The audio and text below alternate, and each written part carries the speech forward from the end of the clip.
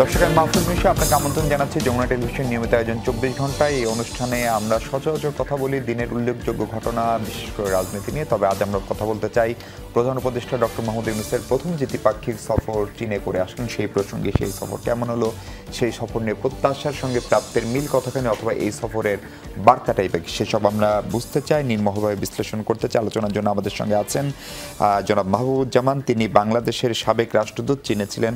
Ambassador মাহবুব, স্বাগত আপনাকে। আমাদের সঙ্গে আছেন প্রফেসর শাহাব ইনাম খান, তিনি জাহাঙ্গীরনগর বিশ্ববিদ্যালয়ের আন্তর্জাতিক সম্পর্ক বিভাগের শিক্ষক, আপনাকেও স্বাগত প্রফেসর শাহাব। এবং আছেন ডক্টর এম মাসরুর রিয়াজ, তিনি পলিসি এক্সচেঞ্জের চেয়ারম্যান। ডক্টর মাসরুর, আপনাকেও স্বাগত। দর্শক, আমরা আলোচনা শুরু করতে চাই অ্যাম্বাসেডর মাহবুবুজ্জামান আপনাকে দিয়ে। মাহবুব, আমরা অনেকগুলো ঘটনা দেখলাম, বিশেষ করে 5 আগস্টের পরে অন্তর্বর্তী সরকার গঠিত হওয়ার পরে 12 অক্টোবর চীনের 2টি যুদ্ধজাহাজ বাংলাদেশ সফরে আসে। তারপরে আমরা দেখলাম যে চীনা দূতাবাস আমাদের মেইন স্ট্রিমের যে রাজনৈতিক দলগুলো সবার সাথে নানা রকম বৈঠক তৎপরতা শুরু করলো, রাজনীতিবিদদের একটি দল চীন সফর করে আসলো। এবং এগুলো যখন হচ্ছে তখন আস্তে আস্তে বাংলাদেশে ভারত নিয়ে এক ধরনের নেতিবাচক যে মনোভাব সাধারণ জনগণের, রাজনীতিবিদদের, এমনকি সরকারের, সেটি ক্রমশই বাড়ছিল।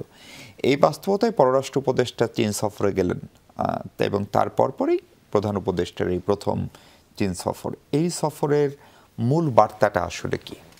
আচ্ছা, ধন্যবাদ আমাকে সুযোগ দেওয়ার জন্য। এখানে দেখেন, মানে আমি যেটা বলবো যে there is a qualitative change বা শিফট এই ভিজিটের মাধ্যমে যেটা হলো, মানে অগাস্ট পরবর্তী যেই একটা মানে আফটারমাথ বা রেভলিউশন যেটা বলে, এখানে ওই আমাদের প্রতিবেশীর সাথে যেই একটা টানাপোড়েনের একটা সম্পর্ক হলো। এবং এখানে আমি যেটা বলবো যে মানে সেন্ট্রিপিটাল ফোর্স, মানে বহির্মুখী ইয়েটা, মানে কস্টটা ইজ গ্রেটার দ্যান দি মানে অন্তর্মুখী যে কস্টটা, মানে সেন্ট্রিফিউগাল ফোর্স। এবং এখানে আমি খুব নিবিড়ভাবে পর্যবেক্ষণ করেছি, যেরকম এই যে জয়েন্ট প্রেস রিলিজটা, এটাও বেশ একটা সিগনিফিক্যান্ট। এখানে কিছু মানে খুবই সিগনিফিক্যান্ট এবং মানে কন্টেন্ট ওয়াইজ কোয়ালিটেটিভ চেঞ্জের কথা বলা হয়েছে। যেরকম আমি যেরকম অ্যাম্বাসেডর ছিলাম ওখানে, সেই হিসাবে তো মানে আমি মোটামুটি জানতাম যে ওদের প্রায়োরিটিটা কী এবং কোন কোন ক্ষেত্রে ওদের ফোকাস। তো সুতরাং এবং সেন্সিটিভিটিটা কী আমাদের প্রতিবেশীর, সেটাও আমি মোটামুটি বুঝতে পারতাম। তো এখানে দেখেন যে মংলা পোর্টের যে এক্সপ্যানশন, এখানে তো ধরেন আমাদের প্রতিবেশী দেওয়ার ইন্টারেস্টেড এবং তাদেরকে দেওয়া হয়েছিল। এটা পরবর্তীতে মানে বলা হলো যে দে আর নট ইন্টারেস্টেড, এবং এটা এখন চায়না কনস্ট্রাকশন অ্যান্ড ইঞ্জিনিয়ারিং কোম্পানিকে দেওয়া হয়েছে। হিউজ একটা ম্যামুথ প্রজেক্ট, ড্রেজিং হবে, তারপরে পোর্ট এক্সপ্যানশন হবে, এবং এটা খুব স্ট্র্যাটেজিক্যালি তো একটা ইম্পর্টেন্ট জায়গা। এবং সেকেন্ডলি তিস্তা একটা কম্প্রিহেন্সিভ সাস্টেনেবল একটা প্রজেক্ট, যেটা আমরা স্পষ্টভাবে চলে আসছে জয়েন্ট প্রেস রিলিজে। এখানেও কিন্তু প্রথমে আমাদের আগের গভর্নমেন্টের একটা ফোকাস ছিল যে ইন্ডিয়াকে, ভারতকে আমরা ইনভলভ করব, এবং এটা একটা মানে যেহেতু ট্রান্সবাউন্ডারি রিভার, তাদের ইনভলভমেন্ট এটা খুবই ডিস্টিংক্টভাবে বলা হয়েছিল। কিন্তু এখন আমরা দেখছি যে এরকম কোনো বলা নাই, এবং এখানে স্পষ্টভাবে ক্লিয়ারলি বলা হয়েছে যে চাইনিজ কোম্পানিদেরকেই মোটামুটি ফেভার করা হবে, এবং তাদেরকে এইসব মানে হাইড্রোলজিক্যাল ডাটা শেয়ারিং এগুলোও চলে আসছে এগুলোর কাজের মধ্যে, ফ্লাড ফোরকাস্টিং, হাইড্রোলজিক্যাল সার্ভে। এবং আরেকটা খুব ইম্পর্টেন্ট, যেটা আমরা পলিটিক্যালি যেটা বলি সিগনিফিক্যান্ট, যে তাইওয়ান ইস্যুটাও খুবই জোরে সোরে চলে আসছে। আগে আমরা বলতাম one China policy, but now we are going one step beyond ahead. এখানে আমরা বলছি যে ইন্ডিপেন্ডেন্ট ইজ আ নো, মানে it is not an option, এবং এটাকে মানে একটা 4-1 করে দেওয়া হয়েছে। এবং যেটা has also to be translated not in theory but also in practice, এবং ইউএন রেজলিউশনের প্রতিও এই বলা হয়েছে 5787 এর প্রতি অনুরক্ত থাকতে হবে। এবং এটার মনে একটা সিগন্যালও একটা হলো যে পরবর্তীতে তাইওয়ান সাথে যেসব ইস্যু রিলেটেড ইউএন মানে জেনারেল অ্যাসেম্বলিতে বা সেখানেও আমাদের মোটামুটি একটা অ্যালাইনমেন্টটা থাকবে। অনেক সময় যদি ব্যত্যও থাকে, এটাতেও তাদের একটা সেন্সিটিভিটি ছিল আর কি। তো সুতরাং এই একটা ইয়ে। এবং আরেকটা হচ্ছে গিয়ে belt and road initiative. Belt and road initiative আমরা ওরকম ডিস্টিংক্টভাবে বলতাম না, মানে অবশ্যই বলতাম, কিন্তু এখন এটা একটা ফোর ফ্রন্টে চলে আসছে। এবং এখানে তার আন্ডারে ইনফ্রাস্ট্রাকচার প্রজেক্ট, তারপরে এনার্জি এগুলোর উপরে বলা হচ্ছে। আর আরেকটা খুব ইম্পর্টেন্ট যেটা আমার সময় they were very much interested যে গ্লোবাল ডেভেলপমেন্ট ইনিশিয়েটিভ একটা GDI। হ্যাঁ, কিন্তু এটা একটা ভালো দিক আমার যেটা মনে হয় পার্সোনালি, ইউএন ওয়াজ সাপোর্টিং ইস, কারণ এটা কিন্তু আবার সাউথের উপর এমফাসিস দিচ্ছে, নর্থ সাউথ ডিভাইডটাকে গ্যাপটাকে বন্ধ করার জন্য দে ওয়ান্টেড একটা মানে একটা ইনিশিয়েটিভ প্রেসিডেন্ট জি জিনপিংয়ের। তো এটাকে কিন্তু আমরা একেবারে কমেন্ট করেছি, কমেন্ট মানে বেশ প্রশংসা করেছি। এবং তাছাড়াও আমরা উল্লেখ করেছি গ্লোবাল সিকিউরিটি অ্যান্ড গ্লোবাল আরেকটা ইনিশিয়েটিভ সিভিলাইজেশন ইনিশিয়েটিভ। হ্যাঁ, তো এগুলোর কথা আমরা মানে পজিটিভ আসপেক্ট আমরা বলেছি। আপনাকে একটু থামাই, তার মানে প্রফেসর শাহাব এনাম খান, আমরা কি অনেক বেশি চীনের দিকে ঝুঁকছি কিনা? বিশেষ করে আমাদের ফরেন পলিসিতে ভারতের একটা প্রচ্ছন্ন প্রাধান্য ছিল বন্ধুত্বের ক্ষেত্রে, অন্যান্য জায়গার ক্ষেত্রে, এখন সেখান থেকে আমরা কোনো শিফট করছি কিনা? বাংলাদেশের পররাষ্ট্রনীতি চীনের দিকে ঝুঁকছে কিনা, নাকি চীনের সঙ্গে আমাদের সবসময় এরকম ভালো সম্পর্ক ছিল? ধন্যবাদ। প্রথম কথা হলো যে বাংলাদেশের ভারতের সম্পর্ক থেকে যদি আমি শুরু করি, 5 অগস্ট পরবর্তী সময়ে যেটাকে আমরা বলি একটা পলিটিক্যাল প্যারালিসিস তৈরি হয়েছে দুই দেশের মধ্যে। কারণ ভারতের সাথে বিভিন্নভাবে যোগাযোগ করার চেষ্টাও করা হয়েছে এবং বাংলাদেশ সম্পর্কে তারা যে ধরনের পলিটিক্যাল স্টেটমেন্ট দিচ্ছেন কিংবা মিডিয়াতে যেভাবে বাংলাদেশকে প্রজেক্ট করা হচ্ছে, আমার মনে হয় সেই জায়গাতে দুই দেশের মধ্যে একটা আস্থার জায়গার অভাব তৈরি হয়েছে। আর আরেকটা বড় বিষয় যে বাংলাদেশের পলিটিক্যাল পরিবর্তনের ফলে ভারতের কাছ থেকে যে ধরনের সহযোগিতা বাংলাদেশ সরকার আশা করেছিল, সেটা আমি মনে করি না যে খুব একটা প্রতিফলিত হয়েছে ভারতের কাছ থেকে। ফলে এখানে বাংলাদেশের যতটুকু না দায়, আমার মনে হয় যে ভারতের দিক থেকে রেজাল্টটা আসা আরেকটু দরকার ছিল। এছাড়াও ইন্টারিম গভর্নমেন্টের নিশ্চিতভাবেই একটা টেম্পোরারি ফেজ আছে, প্লাস তার বিভিন্ন রকমের সাকসেস আছে, উইকনেসেস আছে, সব কিছুই। সুতরাং সেই জায়গাতে আসলে ভারতের কাছ থেকে এক ধরনের যেটাকে আমরা বলি যে সহায়তা, মানে সহযোগিতা, বরং সেটা যে জায়গাটা ছিল, আমার মনে হয় সেই জায়গাটাতে এখনো পর্যন্ত একটা বড় রকমের শূন্যতা আছে। এখন শূন্যতাকে বেস করে তো বাংলাদেশের ফরেন পলিসি চলতে পারে না। সুতরাং বাংলাদেশের ফরেন পলিসিকে র্যাশনালি আগাতে হবে। এখন র্যাশনালি যদি আগাতে হয়, তাহলে তাকে একটা র্যাশনাল ক্যালকুলেশন করতে হবে। সুতরাং তার জন্য আলটিমেটলি ঘুরে ফিরে মার্কিন যুক্তরাষ্ট্র আর চীনই সবচাইতে বড় অপশনস, এবং সেই সাথে ইউরোপিয়ান ইউনিয়ন আছে। এর মধ্যে আবার এটাও চিন্তা করতে হবে যে মার্কিন যুক্তরাষ্ট্রের মধ্যে যে ধরনের মানে ল্যাক অফ প্রেডিক্টেবিলিটি তৈরি হয়েছে, পার্টিকুলারলি ট্রাম্প অ্যাডমিনিস্ট্রেশন আসার পরে, সেটা ট্যারিফ বলেন, সেটা কম্পিটিশন বলেন চায়নার সাথে, সেই সাথে সাউথ চায়না সি বলেন, এবং ইন্দো প্যাসিফিক কেন্দ্র করেও এক ধরনের পরিবর্তন আমরা ওয়াশিংটনে দেখতে পাচ্ছি। সুতরাং সবকিছু মিলিয়েও সেই জায়গাতে যে ইমিডিয়েটলি বাংলাদেশের সাথে যদি বাইল্যাটারাল সামিট লেভেলে দেখা সাক্ষাৎ হয়, আমার ধারণা যে খুব বেশি আউটপুট আসবে এটাও ভাবার এই মুহূর্তে আমাদের আসলে সুযোগ নাই। কারণ ট্রাম্প অ্যাডমিনিস্ট্রেশন নিজেই একটা বড় রকমের পরিবর্তন দিয়ে যাচ্ছেন, এবং এটা একটা পর্যায়ে গিয়ে যখন স্টেবল হবে পরিবর্তনের জায়গাটা, তখন নিশ্চিতভাবে বাংলাদেশ তার ন্যাশনাল ইন্টারেস্টের জায়গাগুলিতে আলোচনাটা শুরু করবে। কিন্তু সেই সাথে কিন্তু যে ফরেন সেক্রেটারি লেভেল বা অন্যান্য যে মিলিটারি লেভেলের ডিসকাশন, সেটা মার্কিন যুক্তরাষ্ট্রের সাথে সরাসরি চলছে। সুতরাং এটা হলো দুটা। তাহলে রয়ে গেল আপনার ন্যাশনাল অপশন চীন। এবং চীনের ক্ষেত্রে যে জিনিসটা হয়েছে, চীনের সাথে আমাদের সম্পর্কটা ধারাবাহিক, অর্থাৎ আপনি রিগার্ডলেস রেজিমস, তার মানে হলো চীন পৃথিবীতে অল্প কয়েকটা সুপার পাওয়ারের মধ্যে একটা সুপার পাওয়ার ইতিহাস অনুযায়ী, এখন তো দুটাই। সো যদি দেখা যায়, সেই ক্ষেত্রে দেখা যায় যে তারা কিন্তু সবসময় রাষ্ট্রকে প্রাধান্য দেয়, রেজিমকে না, এবং মার্কিন যুক্তরাষ্ট্র এবং রেজিম দুটাকেই প্রাধান্য দেয়। ভারত শুধুমাত্র রেজিমকে প্রাধান্য দিচ্ছে 2014 সালের পরবর্তীতে। ফলে দুর্বলতার জায়গাটা আমার মনে হয় যে আমরা কিছুটা অনুমান করতে পারি। ফলে চীনের ক্ষেত্রে যে জিনিসটা দেখা যাচ্ছে, সে যেহেতু রাষ্ট্রকে প্রাধান্য দিচ্ছে, সুতরাং বাংলাদেশে যে পট পরিবর্তনের পরবর্তীতে প্রথম বাইল্যাটারাল সামিট লেভেল ভিজিটে ডক্টর ইউনূসের ভূমিকাটা অত্যন্ত গুরুত্বপূর্ণ। তাদের দুটা প্রিজম আছে। একটা বড় প্রিজম হলো doctor Yunus globally acceptable personality, এবং তার যে ইন্টেলেকচুয়াল বলেন বা তার যে গ্লোবাল রেপুটেশন, সেটা নিশ্চিতভাবে চীনের জন্য যথেষ্ট সহায়ক। সুতরাং চীনের পাবলিক ডিপ্লোমেসির দিক থেকে চিন্তা করলেও এটা খুব গুরুত্বপূর্ণ একটা বিষয়। যেটা মাহবুব ভাই খুব ইম্পর্টেন্ট কথা বললেন, যে ওয়ান চায়না সি এবং ওয়ান চায়না পলিসি, এবং সেইখানে ইন্ডিপেন্ডেন্স। এই ভিজিটের মধ্যে চীনের সবচেয়ে গুরুত্বপূর্ণ মেসেজিং তিনটা। এক নম্বর হলো ওয়ান চায়না, কারণ আমি যেটা আগেই বললাম যে ট্রাম্প অ্যাডমিনিস্ট্রেশন এবং ট্রাম্প অ্যাডমিনিস্ট্রেশন অ্যালায়েন্সে সাউথ চায়না সিতে কি ধরনের পরিবর্তন আসবে সেটাকে যদি অ্যান্টিসিপেট করা হয়, ওয়ার্স্ট কেস সিনারিও অ্যান্টিসিপেট করা হয়, সেই ক্ষেত্রেও কিন্তু বাংলাদেশের মতো গুরুত্বপূর্ণ দেশেরও তার সহযোগিতা, বা সেটা মোরালি হোক, স্ট্র্যাটেজিক্যালি হোক, পলিটিক্যালি হোক, সেটা খুব গুরুত্বপূর্ণ। এবং ডক্টর ইউনূস কখনোই চাবেন না যে কখনো যুদ্ধ অবস্থা কোনো দেশের মধ্যে থাকুক, ইভেন তিনিও সেটাকে অ্যাডভোকেট করবেন। সুতরাং এটা একটা বিষয় আছে। সেকেন্ড, তার আরেকটা গুরুত্বপূর্ণ বিষয় বিআরআই, তার ফ্ল্যাগশিপ প্রোগ্রাম। এই বিআরআইটার ব্যাপারেও কিন্তু এখানে এসছে, যদিও খুব বড় রকমের প্রোগ্রেস যদি আমরা বলি যে অর্থনৈতিকভাবে, যেমন আপনার $2 বিলিয়ন প্লেজ বা ইয়েগুলি, সেগুলি তো কমিটমেন্ট হয় নাই।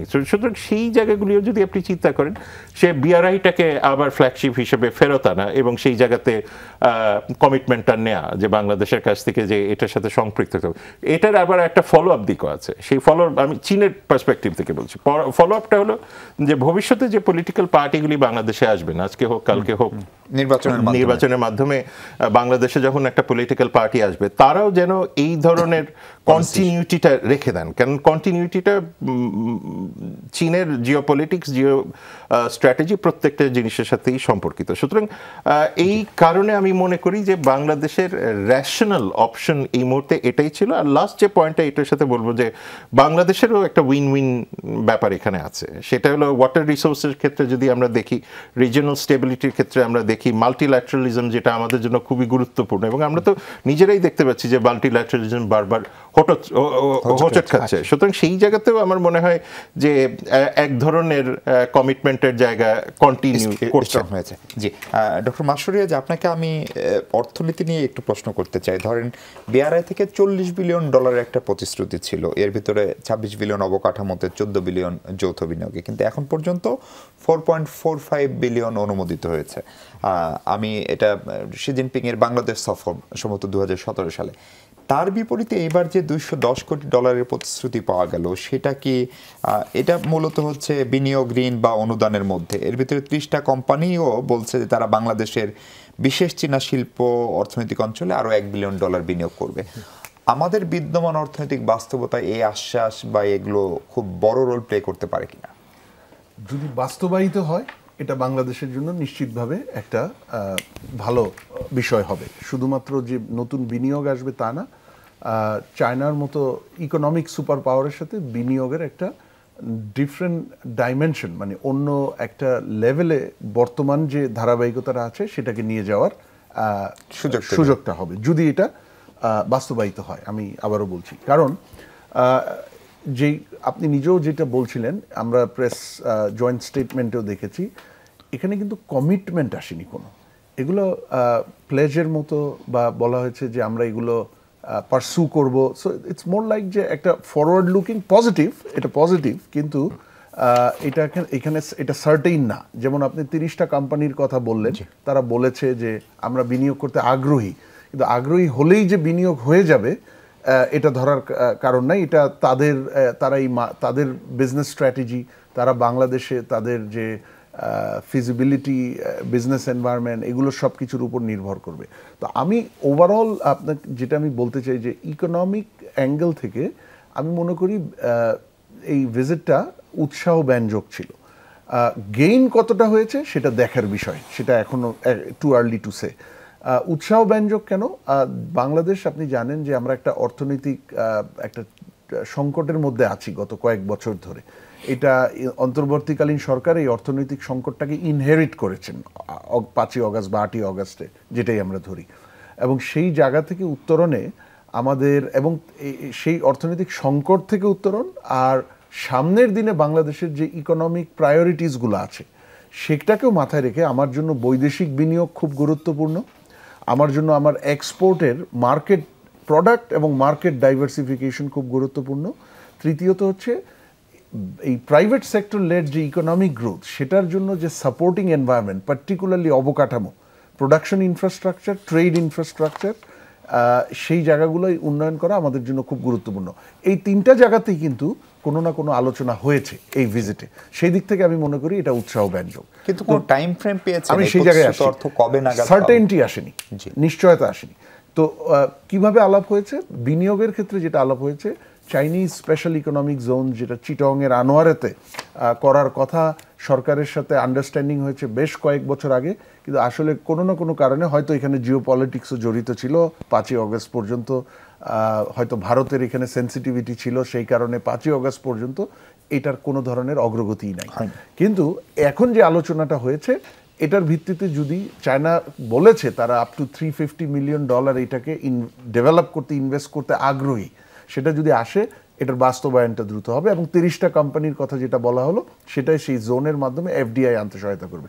নাম্বার 2, ট্রেডের ক্ষেত্রে এলডিসি গ্র্যাজুয়েশন যদি আগামী বছর নভেম্বরে হয়ে যায়, তার 3 বছরের মধ্যে আমাদের জিএসপি ফ্যাসিলিটি আর কিছু কিছু জায়গায় immediately tax free access, tariff free access যেটা জিএসপি নামে বলে অনেক দেশে, সেটা বন্ধ হয়ে যাবে। তাহলে আমাকে নতুন নতুন দেশের সাথে ট্রেড এগ্রিমেন্ট করতে হবে, বিশেষ করে যারা ইম্পর্টেন্ট ট্রেড পার্টনার। চায়না আমাদের লার্জেস্ট ট্রেড পার্টনার।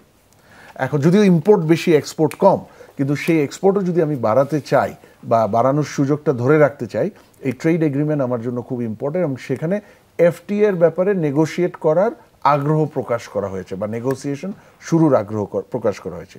আর তৃতীয় হলো যে ওভারঅল যে আমার ডেভেলপমেন্ট, সেখানে ডেভেলপমেন্ট কোঅপারেশন যেটা আপনি বললেন অলরেডি 4.5 আছে বিআরআইয়ের, সেটার অংশ হিসেবে সেই জায়গাটায় কয়েকটা যেমন আমাদের একটা মংলা পোর্ট, বিশেষ করে আমাদের ট্রেড কানেক্টিভিটি ইনফ্রাস্ট্রাকচার, মংলা পোর্টটা আসলে অলমোস্ট ইনএফেক্টিভ হয়ে গেছে। এটা চালু থাকলেও এটার আসলে খুব ভালো পারফরমেন্স নাই। তো এইটার এক্সপ্যানশন, এটা আমার মনে হয় মাহবুব ভাই একটাকে বলছিল, ইন্ডিয়ার সাথে একটা চুক্তি হয়েছিল কিন্তু ওই চুক্তিটা বাস্তবায়িত হয়নি। কিন্তু মংলা পোর্টকে আমাদের কিছু একটা তো করা দরকার, যদিও এটা আমাদের প্রধানতম বন্দর হবে না বিশ্ব বাণিজ্যের জন্য, কিন্তু রিজনাল ট্রেডের জন্য Mongla can be a very important port gateway, যদি সেটাকে আমি অপারেশনাল রাখতে চাই পারি।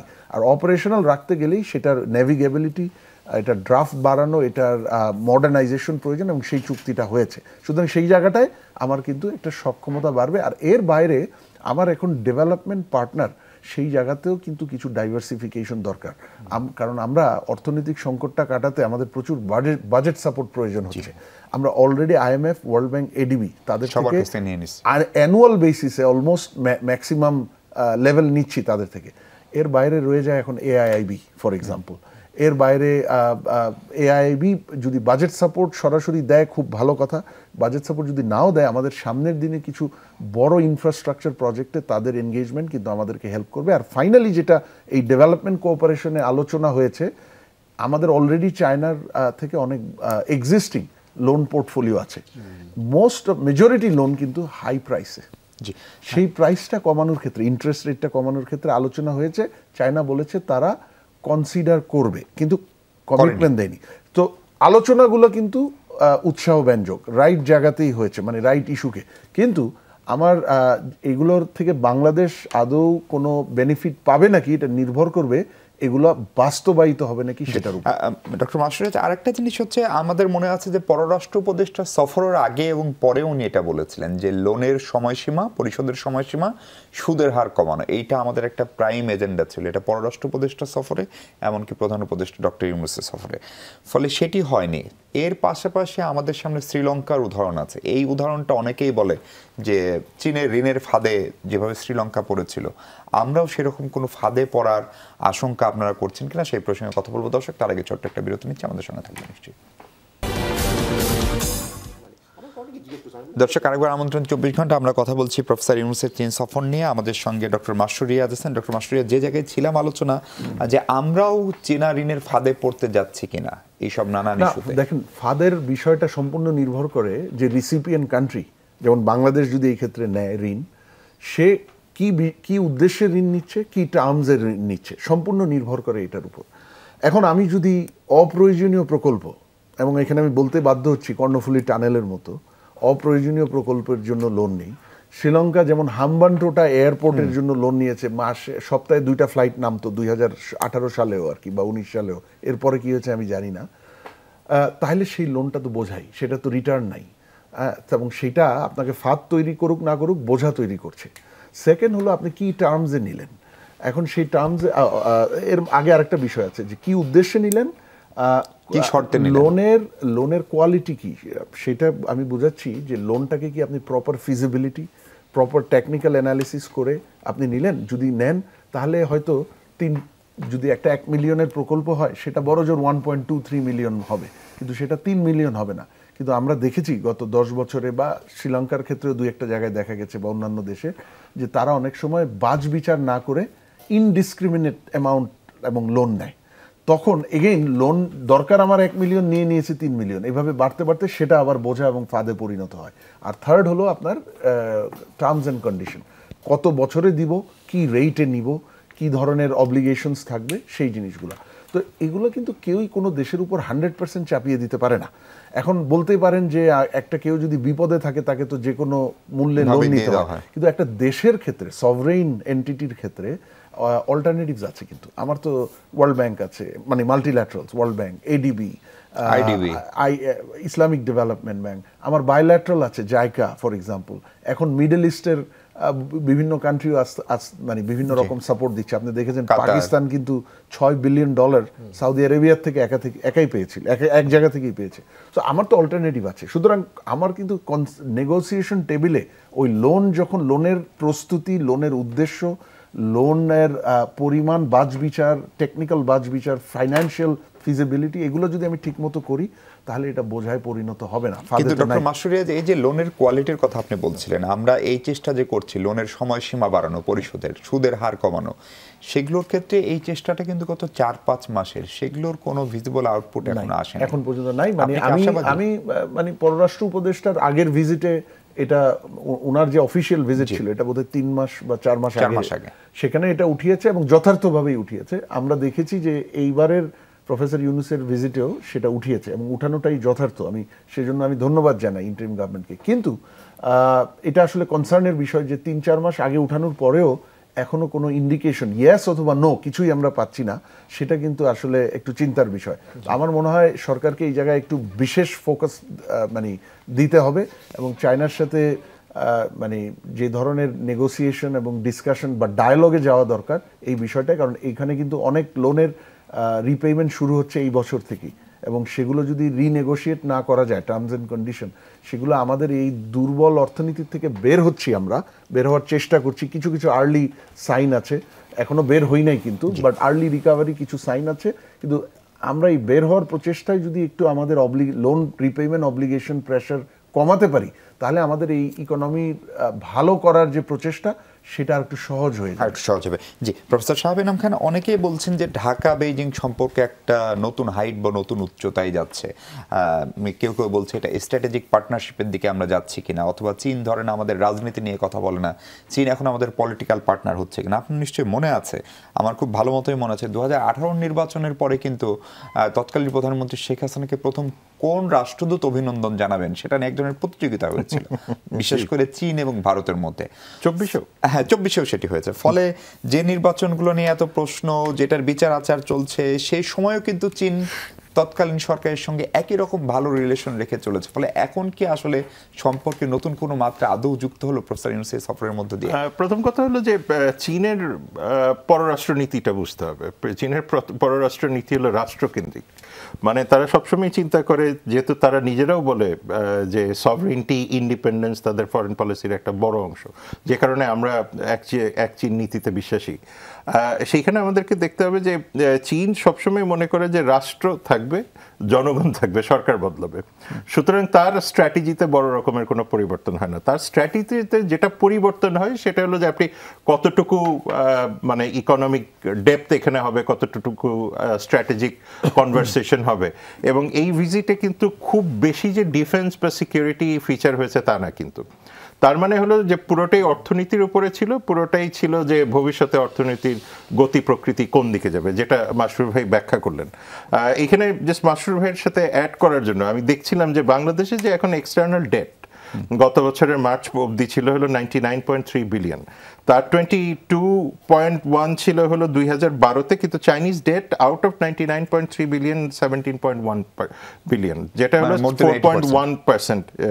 আর চায়নার যে গ্লোবাল এভারেজ ডেট আছে সেটা হলো 6.9%, তার মানে আমরা ওটা হচ্ছে অনেক কম আছি। সুতরাং আমি যদি সেই দিক থেকেও চিন্তা করি যে বাংলাদেশের একটা আস্থার জায়গা চীনের সাথে বরাবরই ছিল, অতীতের সরকারগুলিরও ছিল, বর্তমান সরকারের সাথে তো ডেফিনেটলি এসছে। সুতরাং এখানে কোয়েশ্চেনটা থাকে যে ইকোনমির বাইরে কি আছে। যেমন মংলা পোর্টটা, যেটা মাহবুব ভাইও ব্যাখ্যা করছিলেন, মাসুর ভাইও ব্যাখ্যা করছিলেন, মংলা পোর্টকে আপনি দুভাবেই দেখতে পারেন। আমি আন্তর্জাতিক সম্পর্কের ছাত্র হিসেবে এটাকে স্ট্র্যাটেজিক হিসেবে দেখতে পারি। Every port is strategic, every airport is strategic, every strategic.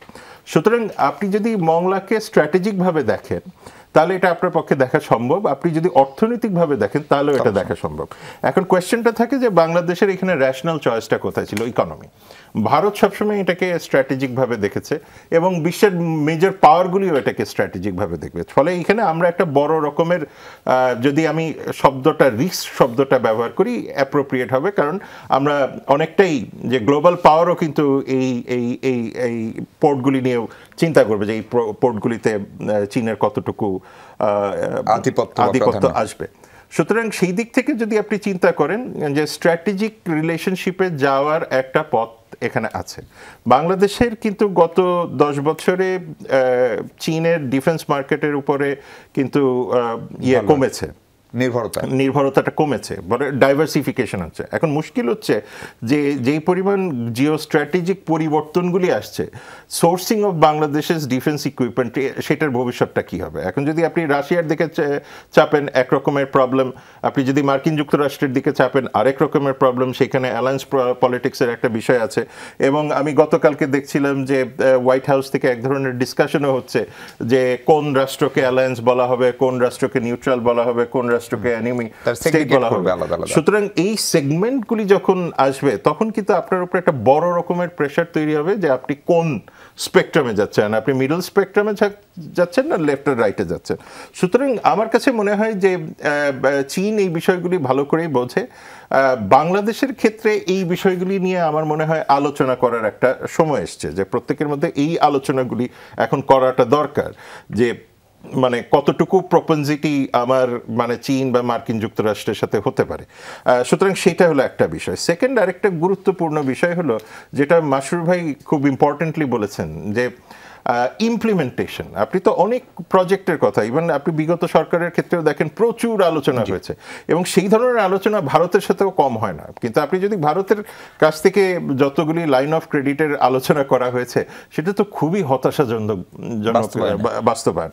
এবং বাংলাদেশের ক্ষেত্রে, চীনের ক্ষেত্রে আমরা কতটুকু বাস্তবায়ন করতে যাব, এটা দুটা বিষয়ের উপরে নির্ভরশীল। একটা তো ডেফিনেটলি ডক্টর ইউনূস এবং তাদের একটা অগাধ বিশ্বাস আছে, শি জিনপিং নিজেও তার পার্সোনাল স্টোরি তার সাথে শেয়ার করেছেন। এগুলি হলো মানে সামিট লেভেলে একটা বড় রকমের কনফিডেন্সের জায়গা তৈরি করে।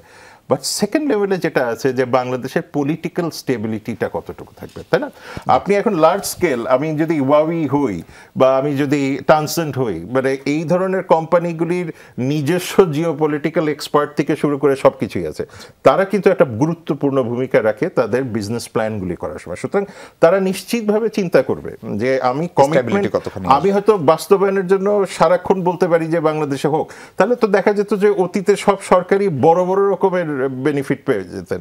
সুতরাং এই জায়গাতে আমার মনে হয় যেমন একটা বড় প্রবলেম হচ্ছে যে আসলে ফরেন মিনিস্ট্রির এই চীন ভিজিটের মধ্যে মানে কে বেশি মানে অথরিটি এক্সারসাইজ করছে, is it ministry of foreign affairs না চিফ অ্যাডভাইজারের প্রেস উইং? আপনি দেখেন যে একটা সুইপিং কমেন্ট হয়ে গেল যে মানে ভারতে যেতে চেয়েছিলেন, সেটা না হয় আমরা চীনে যাচ্ছি।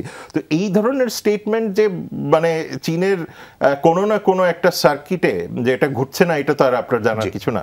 সুতরাং সেই জায়গাতেও আমার মনে হয় যে পলিটিক্যাল পার্টিগুলি ভবিষ্যতে কিভাবে আসবে। সুতরাং আমরা যতই হইচই করি না কেন যে ইনভেস্টমেন্ট আসবে, অফকোর্স আপনার 5ই আগস্টের পরে একমাত্র 5ই আগস্টের পর থেকে একমাত্র চীনই কনস্ট্যান্টলি ফরেন ডাইরেক্ট ইনভেস্টমেন্ট করে আসছে, কিন্তু বাংলাদেশের তো আরও দেশের ইনভেস্টমেন্ট লাগবে। সুতরাং আমি শুধু যদি চীনকে কেন্দ্র করে বসে থাকি তাহলেও তো ব্যাপারটা অনেকটা মানে এগস ইন ওয়ান বাস্কেট হয়ে যাচ্ছে না। সুতরাং আমার মনে হয় ডাইভার্সিটিটা জরুরি এবং সেই জায়গাতে আমাদের সক্ষমতা এবং ভবিষ্যতের পলিটিক্যাল দিক নির্দেশনা। ওকে, অ্যাম্বাসেডর মাহবুব, আপনার কাছে যেটা জানতে চাই, আমরা যে বিষয়ে কথা বলছি আসলে কি রিলেশনটি স্ট্র্যাটেজিক হচ্ছে কিনা? মংলা একটা বড় উদাহরণ, আপনারা সবাই বলছেন। ধরেন এক সময় আমরা প্রতিবেশীদের পরামর্শে চীন আরেকটি বন্দর করতে চেয়েছিল, সোনাদিয়া স্থল বন্দর, সেখানে আমরা যাই নাই। ফলে সেখান থেকে একটা পলিসি শিফট করে আমরা চীনের সঙ্গে যদি এখন স্ট্র্যাটেজিক রিলেশনে যাই, তাহলে যুক্তরাষ্ট্রের সঙ্গে সম্পর্কে সেটার কোনো প্রভাব পড়তে পারে কিনা? আচ্ছা, ধন্যবাদ। তো তার আগে আমি জাস্ট একটু সাপ্লিমেন্ট করতে চাই, ওই যে মাসুর ভাই যেটা বললো বা তাকে যে প্রশ্নটা করেছেন যে ডেট ট্র্যাপে আমরা পড়তে যাচ্ছি কিনা, এই ব্যাপারে আমিও বেশ একটু লেখাপড়া করেছি।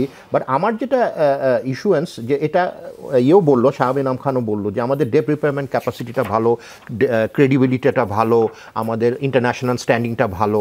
এবং আরেকটা ইম্পর্টেন্ট কথা উনি বলেছে যে মানে China cannot provide all the massive মানে $1 trillion যে নিড আছে ইনভেস্টমেন্ট ইনফ্রাস্ট্রাকচার যে সাপোর্টের জন্য, যেই ক্যাপিটাল, যেই ইয়েটা দরকার। তো আমাদের এই যে ডাইভার্সিফিকেশন বা ডিফারেন্ট ক্ষেত্রে সোর্সিংটা করতে হবে। তো সুতরাং ওই পর্যায়ে আমরা এখনো যাই, মানে এই যে ডেট ট্র্যাপে। আর আমরা যেটা, আপনি যেটা বললেন যে এটা কি আমাদের মানে আইদার অর সিচুয়েশন বা আমাদেরকে মানে আরেকটা মানে টানাপোড়েনের মধ্যে পড়বো কি না, তো আমার মনে হচ্ছে যে সো ফার সো গুড।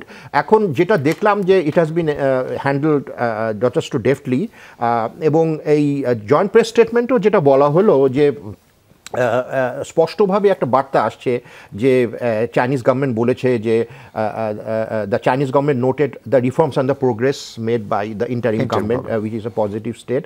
এবং এই কথাটাও আসছে যে চায়না বাংলাদেশ কোঅপারেটিভ স্ট্র্যাটেজিক পার্টনারশিপটার কথাও আসছে যে কন্টিনিউ করবে। এবং আরেকটা কথা তারা বলেছে, we support the interim government towards governance, preserving unity and stability and leading to the path of economic development. হ্যাঁ, না ঠিক আছে, কিন্তু এটা আমাদের ডিপ্লোম্যাটদের জন্য এই সংলাপ বা পলিটিক্যাল যেই জার্গন বা রেটরিক, এটা কিন্তু খুবই ইম্পর্ট্যান্ট। সুতরাং এটাকে ধর ইমপ্লিমেন্ট আমরা সবাই একসাথে মিলে যারা ইন্টারলোকুটর সেটা করব, কিন্তু এই কথাটা একটা স্পষ্ট একটা বার্তা আসে বা একটা কোয়ালিটেটিভলি একটা শিফট। এবং আরেকটা যেটা হচ্ছে যে হয়তো যুক্তরাষ্ট্রের মনোভাব কি, যুক্তরাষ্ট্রের মনোভাব যেটা এই দেখেন যে আমি যেটা বলবো যে চায়না তো একটা রাইজিং একটা পাওয়ার, যে এবং gone are those days of cold war mentality, যেখানে কম্পার্টমেন্টালাইজড হয়ে যেত আর কি কমিউনিজম অ্যান্ড ক্যাপিটালিজম। এবং ফিনান্সিয়াল ক্রাইসিসের পর থেকে আপনি দেখবেন চায়না কিন্তু ইজ আ গ্রেট একটা রাইজিং পাওয়ার। এবং অ্যাজ ডেজ গন বাই তাদের কম্পিটেন্স, ক্যাপাবিলিটি, স্ট্রেংথ, রিসোর্সেস, তারা কিন্তু ওই পথে ফোকাস করে যাচ্ছে ইকোনমিক ইয়েতে। এবং চাইনিজ কিছু রাইটারও বলেছে এবং ইভেন কিশোর মাহবুবানিও করেছে যে it is the age of এশিয়ার ভাগ্য নির্ধারণ করবে। এবং ইউএসের কিছু স্ট্র্যাটেজিক হয়তো ভুল থাকতে পারে বা এরার থাকতে পারে, তার ফলে এটা চায়নার না, চায়নার পথটা সুগম হয়ে গেছে। এবং ভবিষ্যতে অলরেডি তারা মানে ন্যারো ডাউন করে ফেলছে ডাইভারজেন্সগুলোকে। এবং আমাদের সিএ তো উনি বললো যে পভার্টি এলিভিয়েশন, গ্রোথ অ্যান্ড ডেভেলপমেন্ট, এগুলোর উপরে তারা ন্যারো ডাউন করে ফেলছে। তো সুতরাং এগুলো তো একটা মানে মোটামুটি একটা সেটেল ইস্যু, যে আমাদের যে সেভিং ইনভেস্টমেন্ট গ্যাপটা মিট করার জন্য, এক্সপোর্ট ইম্পোর্ট গ্যাপ মিট করার জন্য, foreign exchange resources gap meet করার জন্য, এই যে আমাদের মাসরুর সাহেবও বললো উইচ ইজ ভেরি ইম্পর্টেন্ট। তো এগুলোর জন্য তো আমাদের ইকোনমিক সোর্সগুলা মানে একটা সলিড, একটা স্টেবল, একটা রিলায়েবল পার্টনার। হ্যাঁ, এবং আমাদের আরেকটা আমরা দেখলাম যে ওই আমি যখন অ্যাম্বাসেডর ছিলাম তখন তো ইয়েটা হলো করোনা ক্রাইসিসের সময়, তখন কিন্তু মানে হ্যাঁ উই কুড পোর্ট্রে দ্যাট আমরা খুবই ইম্পর্ট্যান্ট একটা কান্ট্রি সব দিক দিয়েই। এবং মানে let me tell you, I can assure you, এটা নিয়ে তো অনেক প্রেসের মধ্যে আসলো অন্যান্য কথা যে আমরা অনেক বেশি দাম দিয়ে কিনছি, কিন্তু আমার কনসিয়েন্স জানে যে we got the lowest deal আর কি অন্যান্য কান্ট্রিদের তুলনায়। কেন? তাদের বাংলাদেশের প্রতি একটা সফট কর্নার ছিল এবং তারা বললো যে বাংলাদেশ, কিন্তু এইটা তো একটা ক্রিয়েট করতে হবে অবশ্যই, এটা তো ডিপ্লোম্যাটদের রোল একটা আছে।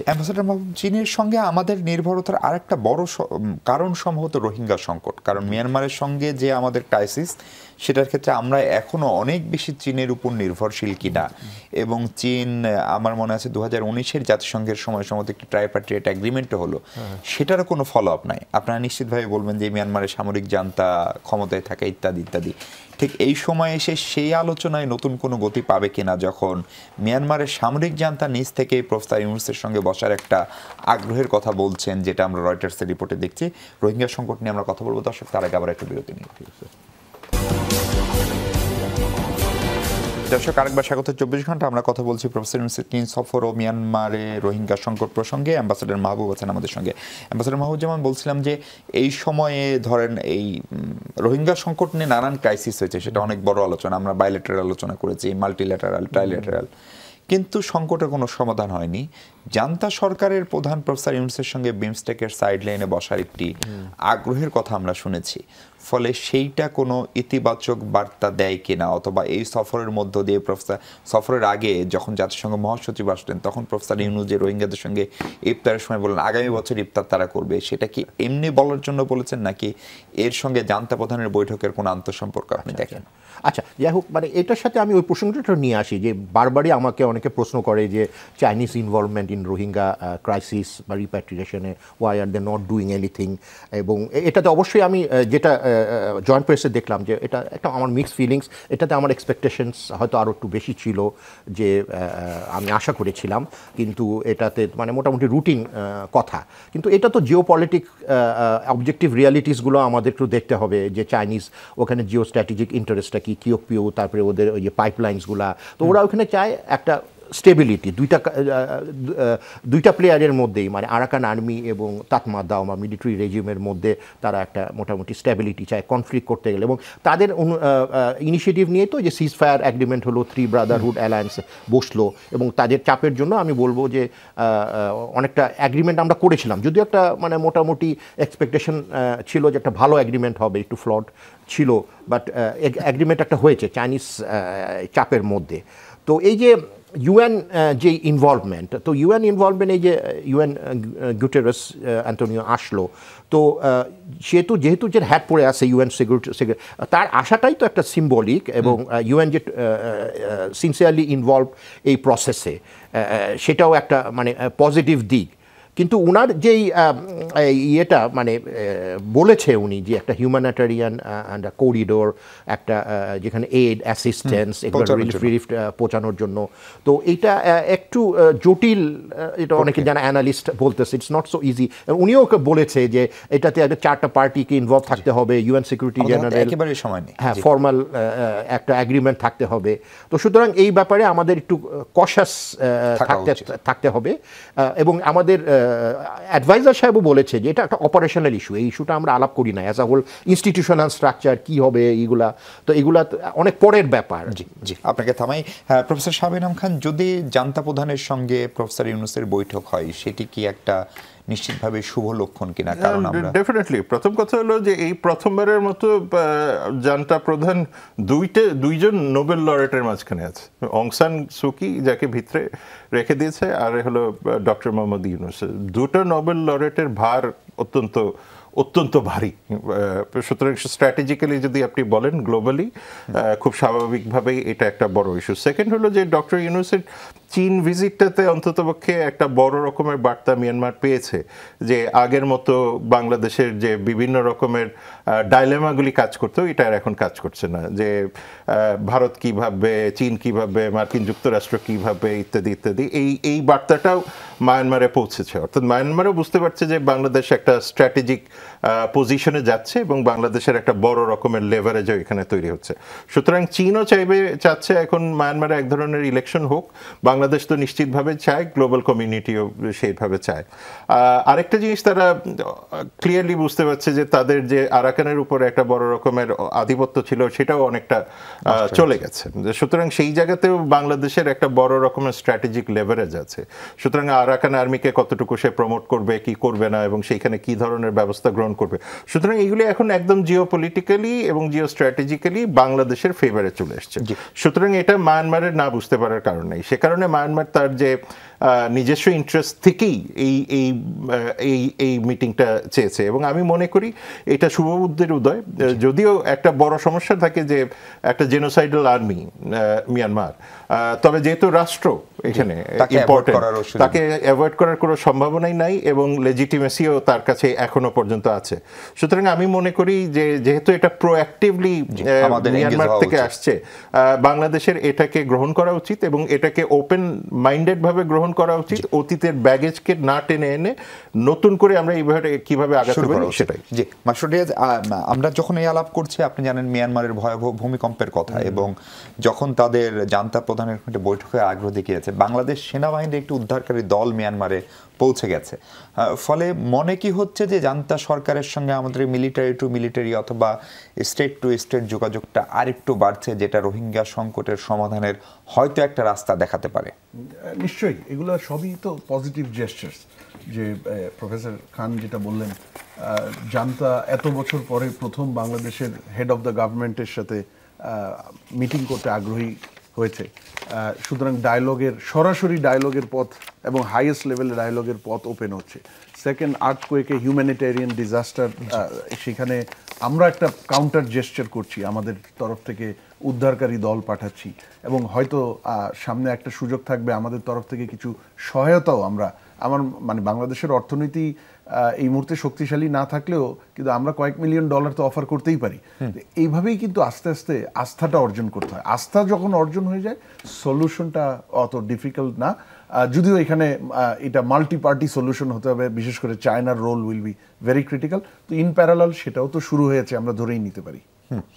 আপনার একটু মনে আছে কিনা যে চীন, বাংলাদেশ এবং মিয়ানমার মিলে যে একটা ট্রাইপার্টিয়েট চুক্তি করেছিল, সেটি কিন্তু কাজ করেনি, এবং আমি একাধিকবার চীনের রাষ্ট্রদূতকে যখন জিজ্ঞেস করি, তারা আসলে যোগাযোগের পয়েন্টটাও একটা পর্যায়ে খুঁজে পায়নি, বিশেষ করে মিয়ানমারের এই পট পরিবর্তনের পরে। সেই জায়গাটাও এখন নতুন করে আবারও সুযোগটা তৈরি হচ্ছে কিনা? অবশ্যই, মানে আপনি যেই জায়গায় যোগাযোগের এবং সিদ্ধান্ত দেওয়ার সর্বোচ্চ ক্ষমতা আছে, সেখান থেকেই তো আগ্রহ প্রকাশ করছে বৈঠকের। মানে একটা ডিপ্লোম্যাটিক লেভেলে তো সবসময় একটা যোগাযোগ আছে। Bangladesh, Myanmar embassy in Dhaka, Bangladesh embassy in আপনার নেপিডো বা রেঙ্গুন, সেখান থেকে তো যোগাযোগ সবসময় আছে। মিলিটারি বর্ডার ফোর্স লেভেলে একটা সবসময় যোগাযোগ আছে, কিন্তু এই ধরনের বড় সিদ্ধান্ত তো আসবে একেবারে টপ লেভেল থেকে। সেই জায়গায় তো এই সুযোগ। অনেক ধন্যবাদ ডক্টর মাসুদ রিয়াজ, অনেক ধন্যবাদ প্রফেসর শাহবানু খান, অ্যাম্বাসেডর মাহবুব জান, আপনাকে ধন্যবাদ আমাদের তার একেবারে সময় নিয়ে দর্শক সঙ্গে থাকার জন্য। অনেক ধন্যবাদ, ভালো থাকবেন সবাই।